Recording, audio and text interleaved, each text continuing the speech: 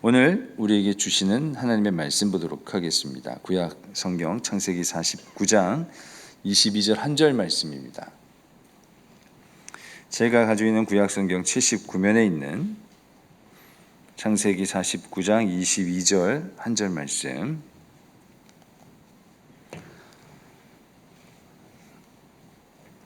네, 다 같이 우리 한 절의 말씀 같이 봉독 드리도록 하겠습니다. 요셉은 무성한 가지 곧 샘 곁에 무성한 가지라. 그 가지가 담을 넘었도다. 아멘. 하나님의 말씀입니다. 네, 우리 주일 저녁 여러분 함께 예배 드릴 수 있어서 감사를 드립니다. 목사님 잘 소개해 주셨는데요. 맞는 부분도 있고 조금 틀린 부분도 있어 정정하면 오타와가 캐나다의 서울인 것은 맞습니다만 저희 교회 90% 정도의 박사가 있는 것은 아니고 조금 많은 교회이긴 합니다. 많아서 예전에는 세교가 오시면 그냥 박사님으로 불렀던 그런 이민의 역사 이제 45년째가 됩니다. 그래서 이제 초기 우리 국비 유학생으로 오셨던 분들이 처음에 교회를 이제 시작하셨던 어떤 그런 교회가 되겠습니다. 여러분들 이민교회 위해서 기도해 주시기 바라고, 우리 전 세계에 흩어져 있는 여러 성도들을 기억해 주셔서 우리 디아스포라, 우리 한민족 교회를 통해서 하나님의 세계의 선교가 계속 이루어지는 것을 여러분 함께 해 주시면 감사드리겠습니다. 오늘 함께 말씀 나누려고 하는데요. 오늘 본문은 굉장히 짧죠? 그래서 혹시 한 절밖에 되지 않으니까 설교가 좀 짧겠구나 이렇게 생각을 하시면은 조금 마음을 평소 설교 정도는 하리라 이런 생각을 하시도록 말씀 좀 드리고 싶습니다. 자, 여러분, 아주 짧지만 어떤 사람의 일생을 요약하는 말이 있습니다. 아주 짧은 한 문장 아니면 한 단어로 누군가의 일생을 요약하는 어떤 그런 문장들이 있어요. 오늘 우리가 읽은 또 우리가 오늘 살펴보려고 하는 이 창세기 49장 22절도 마찬가지입니다. 요셉의 일생, 요셉의 영성, 요셉이 받은 축복, 요셉의 과거, 요셉의 미래, 더 나아가서 우리가 요셉 지파라고 하죠. 우리 12지파 중에 이제 요셉 지파가 되어서 이 요셉의 두 아들이 삼촌 항렬로 올라오지 않습니까? 그래서 이 항렬을 바꾸면서까지 하나님의 복을 받도록 하는 매우 놀라운 하나님의 계획이 이 문장 속에 있어요. 그래서 사실은 이 문장은 몇 개의 단어가 되지 않습니다만 이 말씀 속에 담겨져 있는 코드, 이 말씀 속에서 담겨져 있는 깊은 의미를 이해할 때 우리는 형통의 비결을 배울 수가 있고 형통의 비결을 따라 살아갈 수 있습니다. 그런 점에서 여러분 오늘 말씀 잘 기억하시길 바라고요. 우리 계속해서 묵상하시면서 요셉에게 주신 이 메시지가 나에게도 주시는 하나님의 말씀으로 여러분이 받아들이실 때 매우 놀라운 축복이 임하고 그 축복 속에서 여러분이 살아가실 줄 믿습니다. 자, 오늘 메시지 다시 한번 보시죠. 오늘 말씀이 이렇게 되어 있죠. 무성한 가지 곧 샘 곁에 무성한 가지라. 그 가지가 담을 넘었도다. 이렇게 세 부분으로 이루어져 있습니다. 자, 요셉의 이미지는 무성한 가지입니다. 무성하다라고 하는 말은 fruitful, 영어에서 이제 fruitful, 열매가 많은, 열매가 굉장히 많아서 가지가 휘어질 정도로 많은 사람들이 탐복하고 그 많은 열매로 기뻐하는 어떤 그런 이미지를 가지고 있어요. 이것이 창세기뿐만 아니라 구약 성경 여러 군데에서 나와 있는데요. 창세기 49장에 아주 함축적으로 설명을 하고 있습니다. 25절을 보시면 아버지 야곱이 요셉을 축복하는데 요셉은 네 가지의 복을 받습니다. 첫째로 위로 하늘의 복, 둘째로 아래로 깊은 샘의 복, 셋째로 젖먹이는 복, 넷째로 태의 복이에요. 여러분, 위에서 내려오는 하늘의 복은 무엇이겠습니까? 영적인 복을 뜻하는 거예요. 물론 하늘에서 내려지는 이슬, 하늘에서 내려지는 비를 우리가 해석할 수 있겠습니다만 첫 번째 의미는 하나님의 보좌에서 내려지는 영적인 복을 뜻합니다. 하나님의 복은, 하나님의 보좌의 복은, 하나님께서 주시는 이 영의 복은 세상에서 누릴 수는 없어요. 이 복이 먼저예요. 이 복이 임할 때 모든 복이 같이 있게 되는 것입니다. 자, 둘째로. 자, 이 복도 귀한데요. 요셉은 아래로 깊은 세매복이라고 했어요. 깊은 세매복. 제가 설교 시간이 길지 않기 때문에 다 설명드릴 수 없습니다만 이 깊은 세매복, 깊은 셈이라고 하는 이 의미가 굉장히 있는 거예요. 이스라엘은 물이 귀하지 않습니까? 그래서 이 샘이 깊으면 깊을수록 그 가운데서 도시가 형성이 되고, 단순히 하나의 집이 형성되는 정도가 아니라 도시가 형성이 되고 그 가운데서 하나님의 놀라운 일들이 일어납니다. 예루살렘 성전도 그 밑으로 샘이 있어요. 단순히 바위 산에 성전만 세워진 것이 아니라 그 밑에 깊은 샘이 있습니다. 그래서 그 샘에서 길러 올리는 여러 물들로 말미암아 하나님의 제사가 끊임없이 이루어지도록 하는 것을 볼 수 있어요. 모든 도시들이 마찬가지입니다. 서울도 마찬가지 아닙니까? 물이 생겨져야 도시가 형성되는 것이죠. 그런 점에서 요셉이 받았던 이 깊은 샘의 복이라고 하는 것은 단순히 평생 마실 물 정도가 아니에요. 다 설명드릴 수 있는 시간은 없습니다만 요셉이 했던 일을 보세요. 전 세계에 곡식을 보내잖아요. 전 세계 사람들에게 양식을 보내잖아요. 이와 같은 일이 어떻게 가능하겠어요? 깊은 샘의 복, 사람들이 상상할 수 없는, 사람들이 경험할 수 없는 깊은 보이지 않는 샘에서부터 끌어올리는 복이 있었기 때문이죠.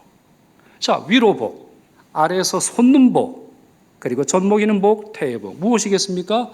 당대에 그치는 복이 아니라는 거죠. 후대에까지 이루어지는 것입니다. 다산, 아니면 순산, 아니면 자녀들이 건강하게 자라는 것, 자녀들이 성공하는 것 등등 포함해서 신앙이 당대에 끝나는 것이 아니라 그 다음 세대까지 이루어지도록 복을 받는다는 거예요. 굉장한 복 아닙니까? 굉장한 복 아니에요? 저도 목사입니다만, 저도 모태신앙으로 태어났습니다만 저의 첫 번째 복은 모태신앙입니다. 아무리 생각을 해봐도 모태신앙이에요. 아무리 생각해봐도 저와 같은 자가 청원교회에 오늘 저녁에 와서 예배를 드릴 수 있는 것이 하나님의 큰 복이고, 그와 같은 것은 저희 어머니와 저희 아버지의 신앙의 미천을 저는 빼먹는다, 이런 생각을 하고 있어요. 사실 저희 교회는 오타와 이렇게 수도이긴 합니다만 잘 알려지진 않았죠. 밴쿠버라든가 토론토라든가 몬트리올보다는 좀 작은 도시이고 물론 영향력은 많습니다만, 그러다 보니까 저희 교인들이 이제 바깥의 교회를 잘 모르세요. 바깥의 교회와 교류한다거나 이럴 만한 거리도 아니죠. 토론토만 해도 차로 4시간, 몬트리올도 2시간 반이 떨어져 있기 때문에 교류가 활발하지 않아요. 그런데 저희 교인 중에 한국에 있는 교회를 꼭 들어가서 설교를 듣고 찬양의 은혜를 받는 교회 중에 하나가 청운교회예요.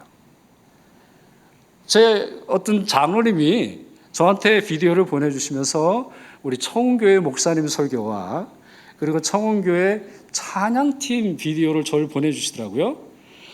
목사님, 이 청운교회라는 교회가 있는데 얼마나 찬양이 좋고 목사님 얼마나 설교가 좋은지 몰라, 이렇게 얘기를 해서, 장로님, 우리 제 친구 교회예요. 그래서 제가 좀 어깨 좀 피고 그 대답을 했던 기억이 이제 있습니다. 참 너무나 큰 축복이에요.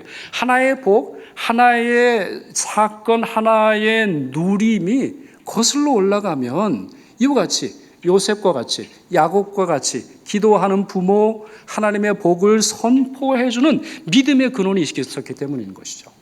자, 그걸 생각해 보세요. 좀 정리를 해볼까요? 무성한 가지라고 하는 것은 단순히 어떤 한 심플한 이미지로 끝나는 것이 아니에요. 매우 총체적이죠.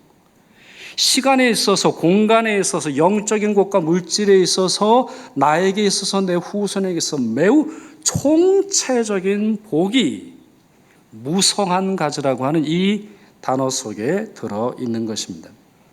사랑하는 여러분에게도 이런 복이 임하기를 바랍니다. 한두 가지 복이 아니라 이와 같이 총체적인 복, 여러분 당대에 그치는 복이 아니라 여러분 다음 세대까지 이루어지는 복을 받아 누리시고 전하시길 바랍니다. 자, 그런데요, 요셉에 대한 이미지는 단순히 무성한 가지로 끝나지 않았어요. 참, 이것도 대단한 건데요, 이것도 굉장한 복인데, 자, 22절 마지막 부분에 뭐라고 되어 있습니까? 그 가지가 담을 넘었다 했어요. 담을 넘었다 했어요. 여러분 이럴 때 무슨 이미지가 떠오르세요?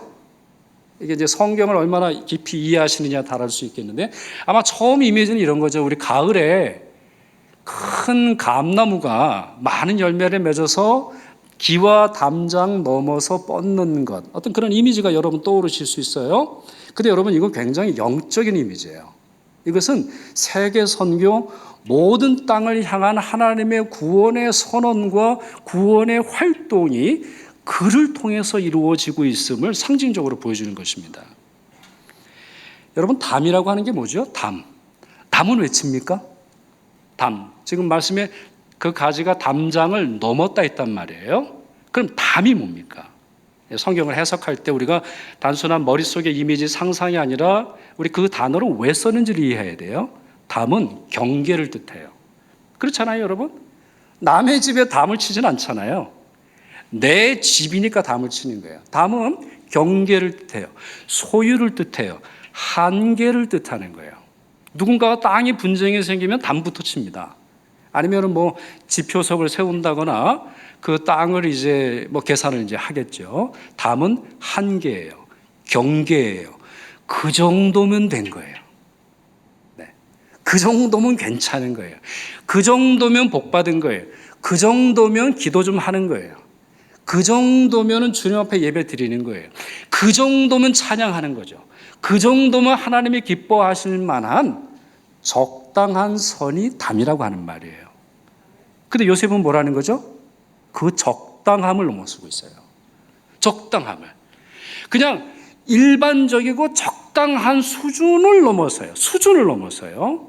뿐만 아니라 그 일들을 통해서 조금 전에 말씀드린 것처럼 하나님의 일이 단순히 이스라엘이라고 하는 국경, 이스라엘 사람이라고 하는 인종, 하나님이 선택하신 아브라함의 자손들만 해당되는 것이 아니라 그와 만나고 그가 해결해주는 수많은 사람들에게 하나님의 생명이, 하나님의 샬롬이, 하나님께서 살아계신 분이라고 하는 사실이, 하나님께서 흉년도 풍년도 계획을 갖고 계시고 그 일들을 이루시는 성취하시는 하나님이라고 하는 사실이 그를 통해서 이루어진다는 거예요.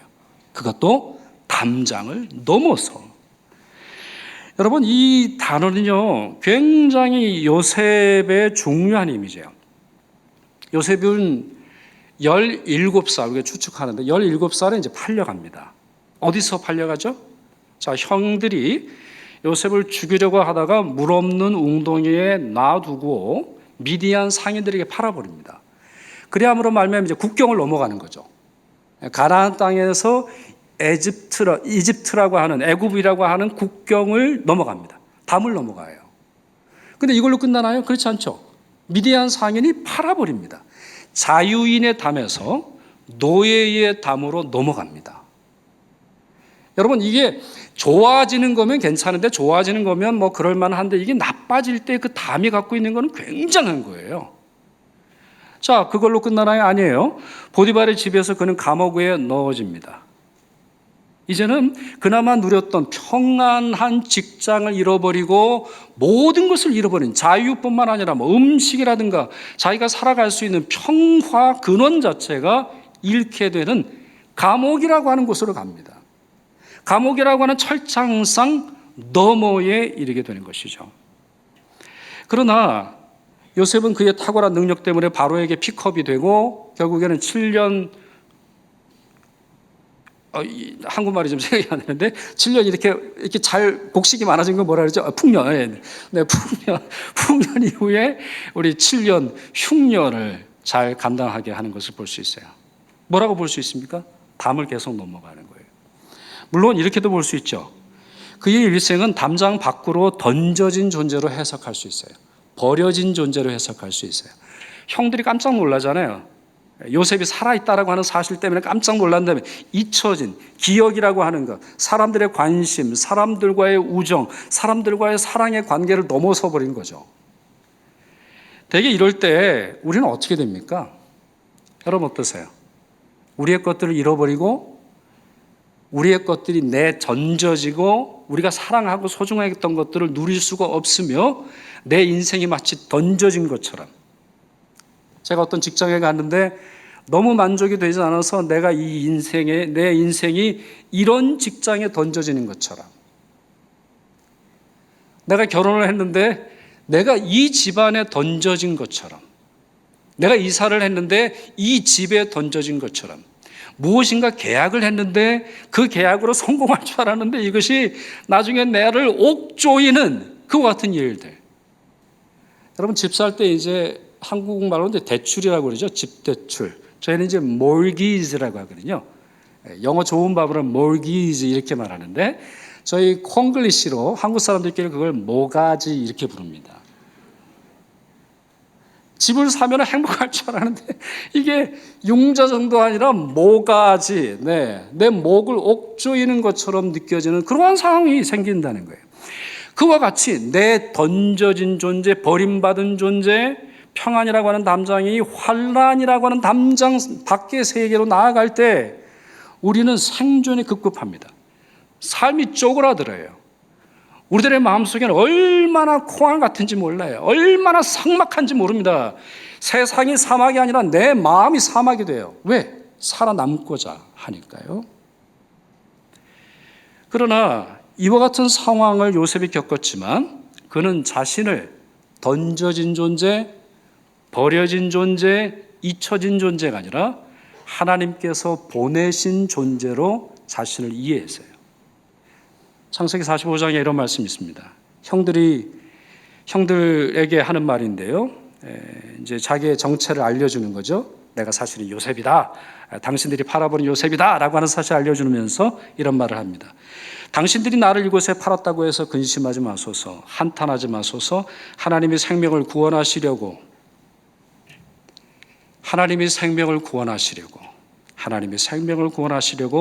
나를 당신들보다 먼저 보내셨나이다. 하나님의 큰 구원으로. 제가 왜 이렇게 읽냐면은 지금 문장이 반복되고 있는 거예요. 그리고 반복됨으로 말미암아 강조점이 있는 거죠. 하나님의 큰 구원으로 당신들의 생명을 보존하고 당신들의 후손을 세상에 두시려고 나를 당신들보다 먼저 보내셨나니 그런즉 나를 이리로 보낸 이는 당신들이 아니요 하나님이시라. 이런 말을 합니다. 여러분, 이 문장 속에서, 이 짧은 문장 속에서 반복되는 단어가 있죠. 하나의 단어가 계속 반복됩니다. 보내셨다, 보내셨다, 보내셨다. 나는 버려진 존재가 아니에요. 나는 형들에게 잊혀진 존재가 아니에요. 나는 형들의 버림받은 존재가 아니에요. 나는 가족들이라고 하는 사람, 가족이라고 하는 사람에게 잊혀진 존재가 아니에요. 왜요? 그의 복은 하늘에서 임하고 깊은 샘에서 임하고 당대뿐만 아니라 그의 미래까지 임하는 원천적인 복이 그에게 있었기 때문이에요. 그래서 그는 담장 너머에서도 하나님의 풍성함을 누릴 수 있었어요. 그것이 가나안이든 그것이 예배당 안이든 그것이 내 집이든 그것이 찬송을 부를 때이든 그것이 주방에서 설거지를 할 때이든 그것이 직장에서 있을 때이든 그것이 주일이라고 하는 어떤 시간, 거룩한 시간이든 변함이 없었어요. 그는 담장 안에서도 하나님의 자녀로서 담장 밖에서도 버려진 존재가 아닌 하나님의 백성으로서 하나님의 축복을 나누는 무성한 가지로 살아갈 수 있었다는 것이죠. 자, 그렇다면 이와 같은 탁월함, 이거 탁월함 아닙니까? 이거 탁월함. 이와 같은 탁월함은 어디에서 나오는 것일까요? 오늘 본문은 매우 짧게 해답해 줍니다. 샘 곁에 있었기 때문입니다. 샘 곁에. 자, 다시 22절을 읽을 때 여러분 다시 잘 들어보세요. 요셉은 무성한 가지 곧 샘 곁에 무성한 가지다. 여기 곧이라고 하는 말이 굉장히 중요한 겁니다. 왜냐하면 그가 요셉이 무성한 가지가 될 수 있었던 이유는 샘 곁에 있었다는 거죠. 샘 곁에. 바로 이 차이가 그의 탁월함과 풍성함과 거룩함과 하나님이 주신 사명을 이룰 수 있는 능력을 얻는 비결이 된 것입니다. 요셉은 샘 곁에 있었어요.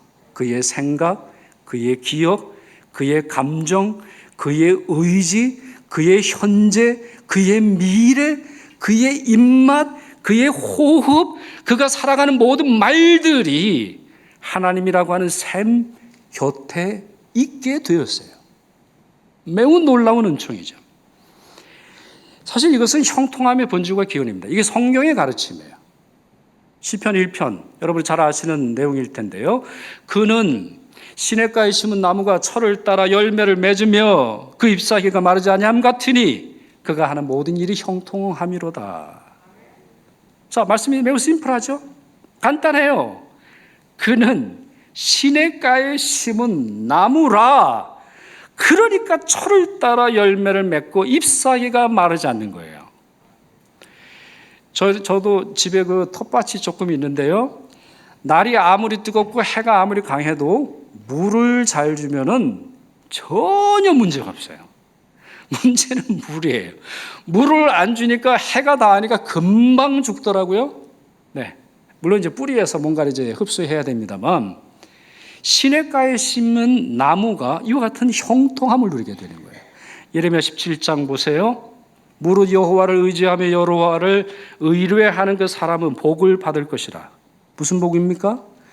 그는 물가에 심어진 나무가 그 뿌리를 강변에 뻗치고 더위가 올지라도 두려워하지 아니하며 그 잎이 청청하며 가무는 해에도 걱정이 없고 결실이 그치지 아니함 같으리라. 아멘. 여러분, 이 예레미야 17장 말씀과 오늘 저희가 살펴보는 이 설교 본문을 대조를 해보시면은 요셉의 이 풍성함은 드러난 무성함이거든요. 그리고 샘 곁에 있었다라고 말하는데 이 예레미야 17장은 그것을 뿌리로 설명을 하고 있어요. 지금 뿌리가 어떻게 되어 있다고 되어 있어요? 그는 물가에 심어진 나무가 그 뿌리를 강변에 뻗치고라고 되어 있습니다. 강변에 뻗치고. 저희 캐나다는 나무가 굉장히 잘 자랍니다. 정말 잘 자라요. 도심 한복판에서도 집을 들어올 정도로 하수구를 뚫습니다.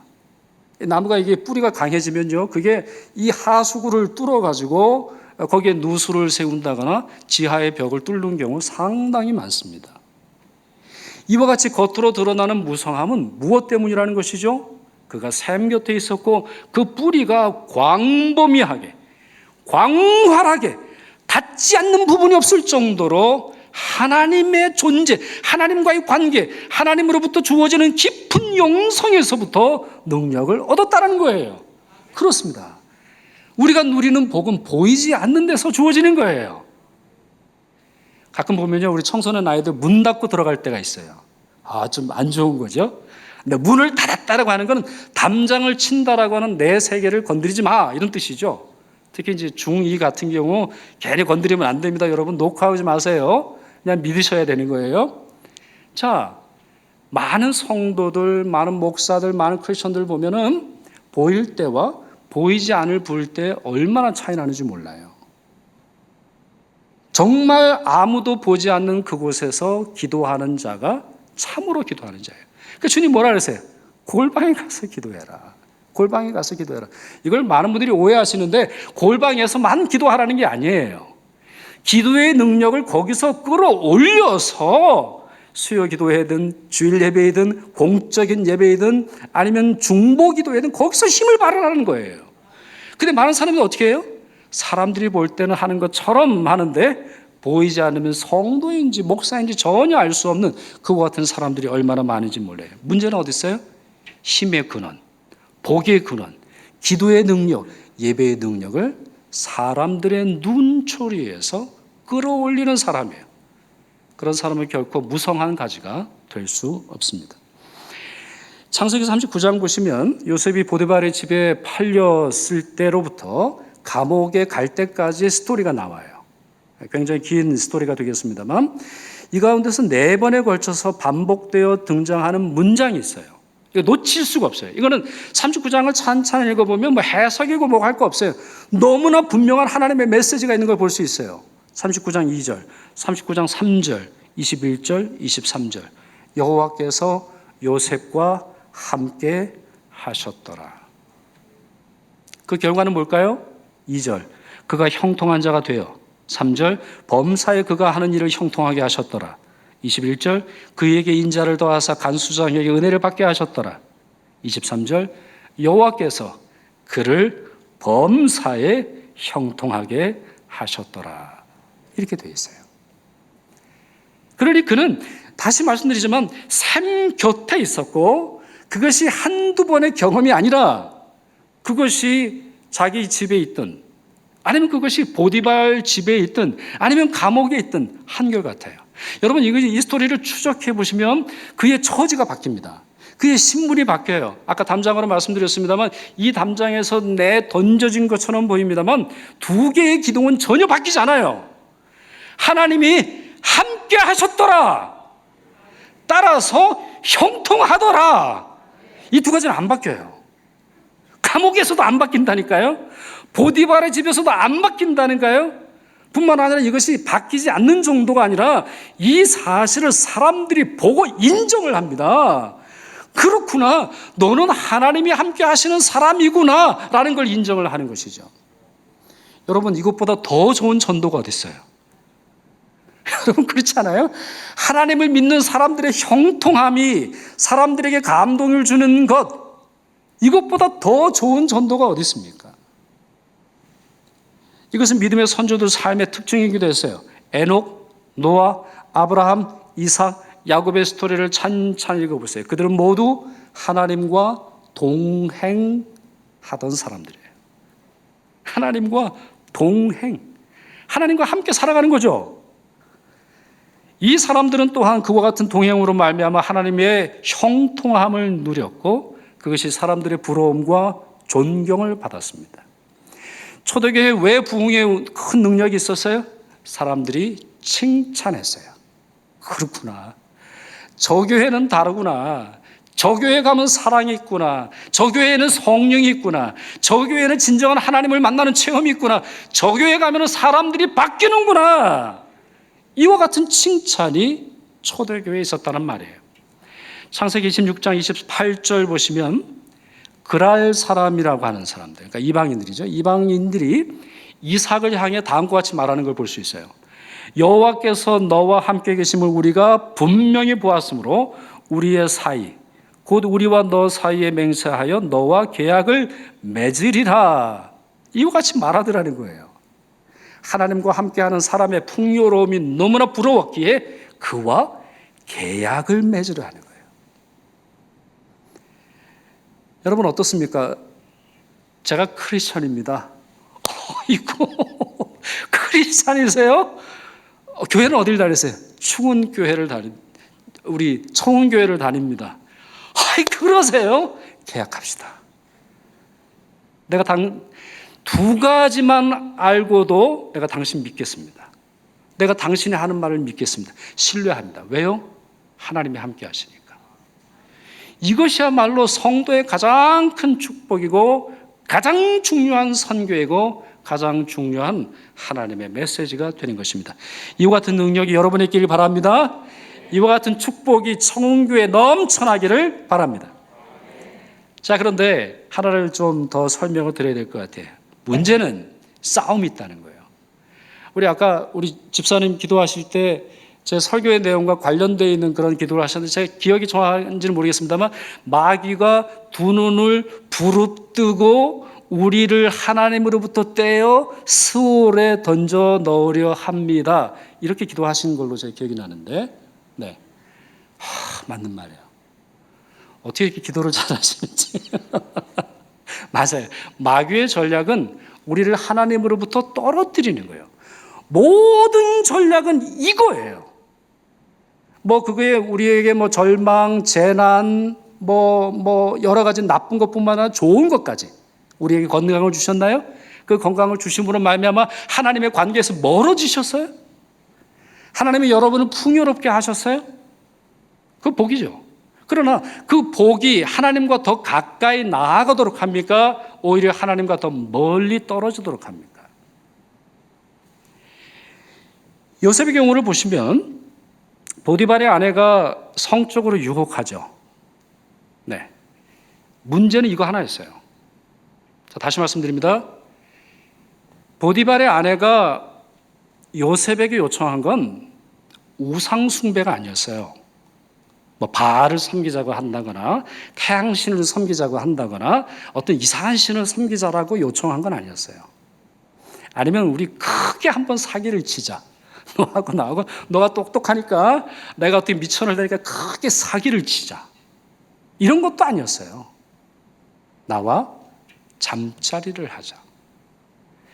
사실 이거는 그 당시의 문화로 볼 때, 그리고 그 당시의 신분 사회로 볼 때 노예가 거절할 수 있는 것이 아니에요. 노예는 선택할 권한이 없습니다. 그래서 신발을 신지 않죠. 노예는 신발을 신지 않아요. 왜요? 그는 자기가 어디로 가야 할지, 무엇을 먹지, 어떤 삶을 살아야 할지 선택할 수 있는 자유가 주어지지 않았어요. 그러니 노예이죠. 이와 같은 상황에서 그는 거절합니다. 거절해요.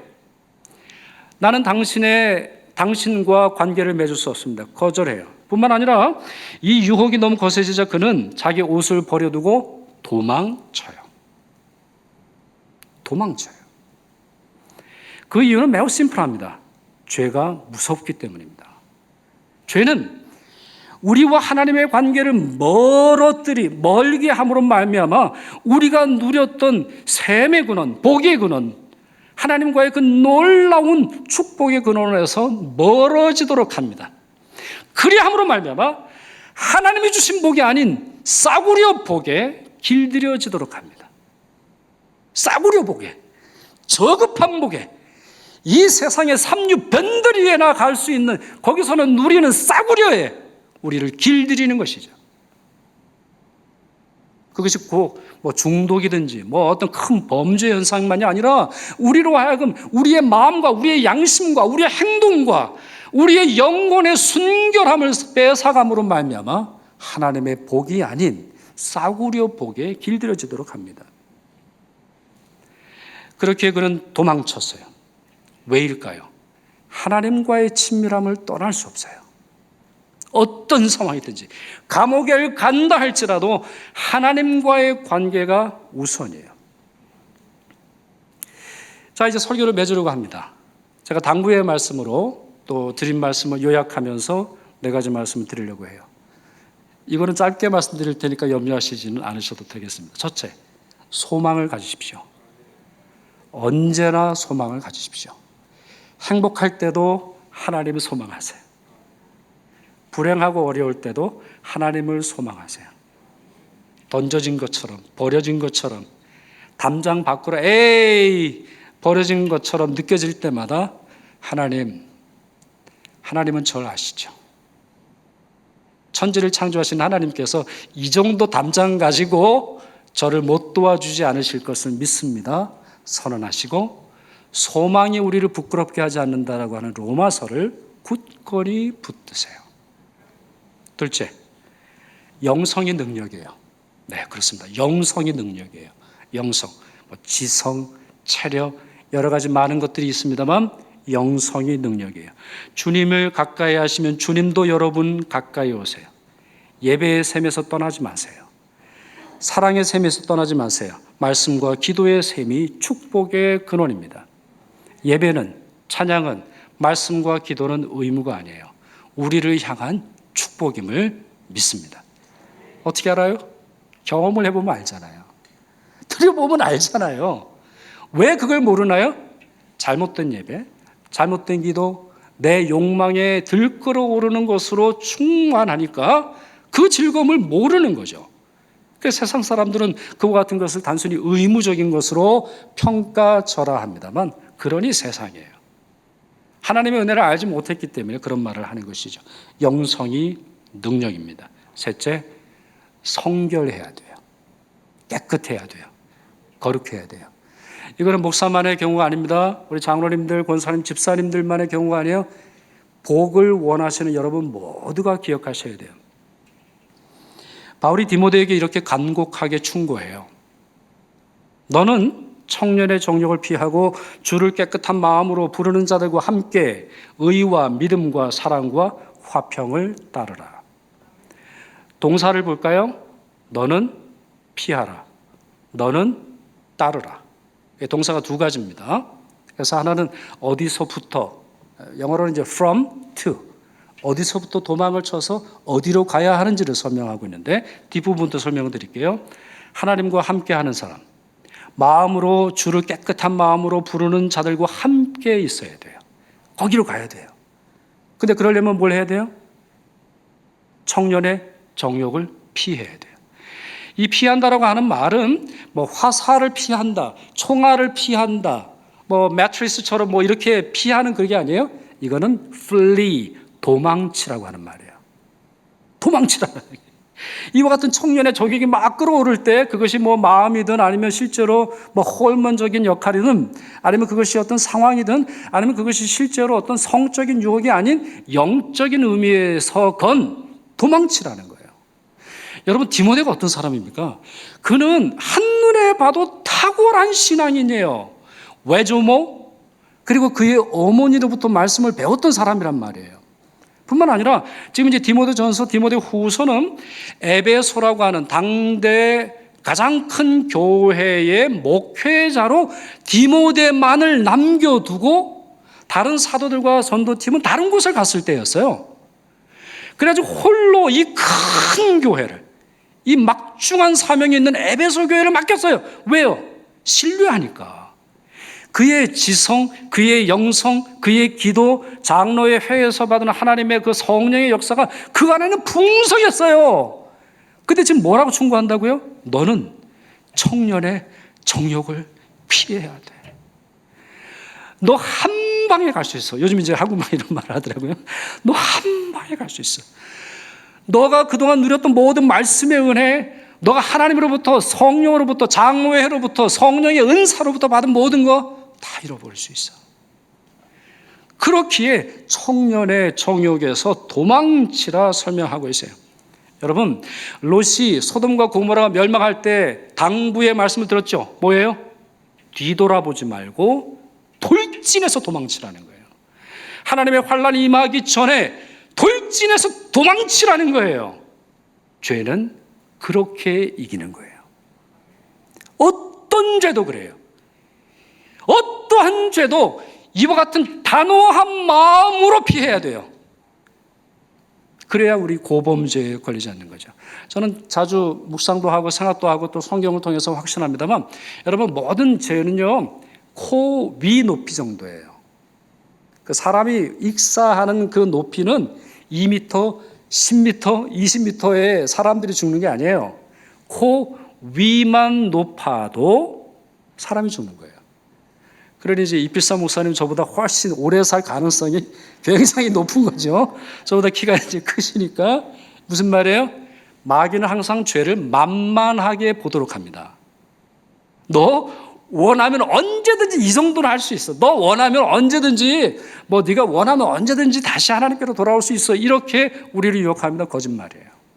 죄는 도망쳐야 돼요.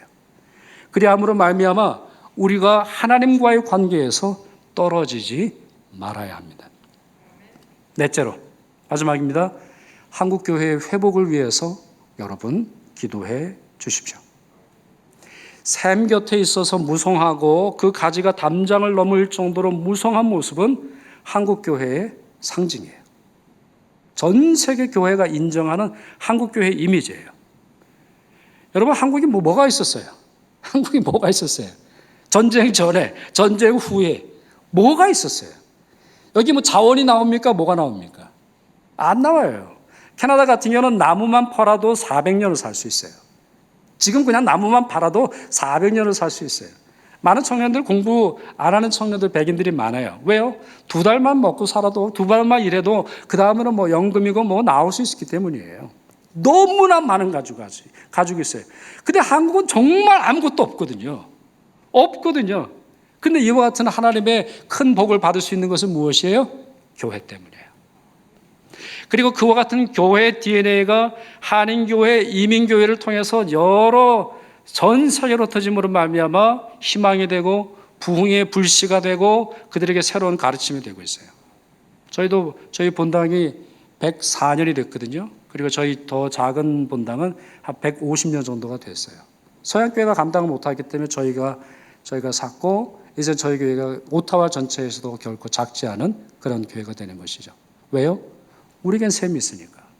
저희 교회는 주일학교가 차고 넘쳐요. 저희 교회에 오면 말씀이 있어요. 물론 부족하긴 합니다만, 저희 교회도 부족함이 있습니다만 사랑이 있어요. 저희 교회에 오면 많은 분들이 머물고 싶어 해요. 저희 교회는 많은 분들이 부족하지만 함께 사랑의 공동체를 나누면서 주님을 만나는 체험들을 고백하고 있어요. 그런데 요즘은 어떻습니까? 무성함은 앙상함으로 바뀌고 있고 과거의 열매는 점점 줄어들고 있죠. 주일학교마다 문을 닫는 곳이 많고 말씀의 샘, 예배의 샘, 기도의 샘이 메마르고 거룩함을 잃어버렸습니다. 총교회 성도 여러분, 요셉 한 사람이 담을 넘는 무성한 가지가 되어서 가족을 구원했다는 사실을 기억하세요. 가족으로 그치지 않고 가족이라고 하는 담장 정도가 아니라 세상이라고 하는 담장을 넘어서서 흉년이라고 하는 담장을 넘어서서 주변의 많은 사람들을 구했다는 이 사실을 기억하십시오.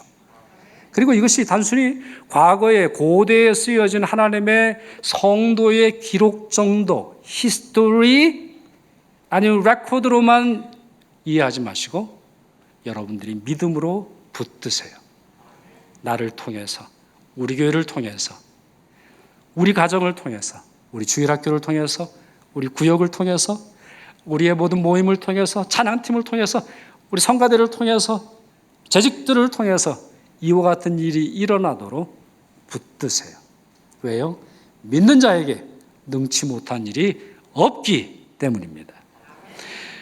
요셉처럼 귀하게 쓰임받으시는 이필사 목사님을 통해서 그리고 깊고 넓고 높은 영성의 샘을 가진 청운교회로부터 이와 같은 새로운 한국교회 부흥의 역사, 전 세계 사람들이 칭찬하고 우리 좀 만나주세요. 우리 좀 성도 보내주세요. 그렇게 간절한 요청을 듣고 파송하는 여러분 교회 되시기를 축원합니다. 기도하겠습니다. 참 좋으신 아버지 하나님 감사합니다. 창세기의 말씀을 통해서 요셉의 핵심적인 영성과 그의 일생을 살펴보았습니다.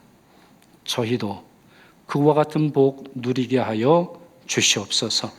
담장을 넘는 무성한 가지가 되고 때로는 환난과 핍박과 어려움과 고난이 있지만 하나님 샘 곁에 늘 가까이 함으로 말미암아 변하지 않는, 상실하지 않는, 또 모자라지 않는 하나님의 복을 세상에 나누어주는 저희들 되게 하여 주옵소서. 우리 주님 예수 그리스도 이름으로 기도하옵나이다. 아멘.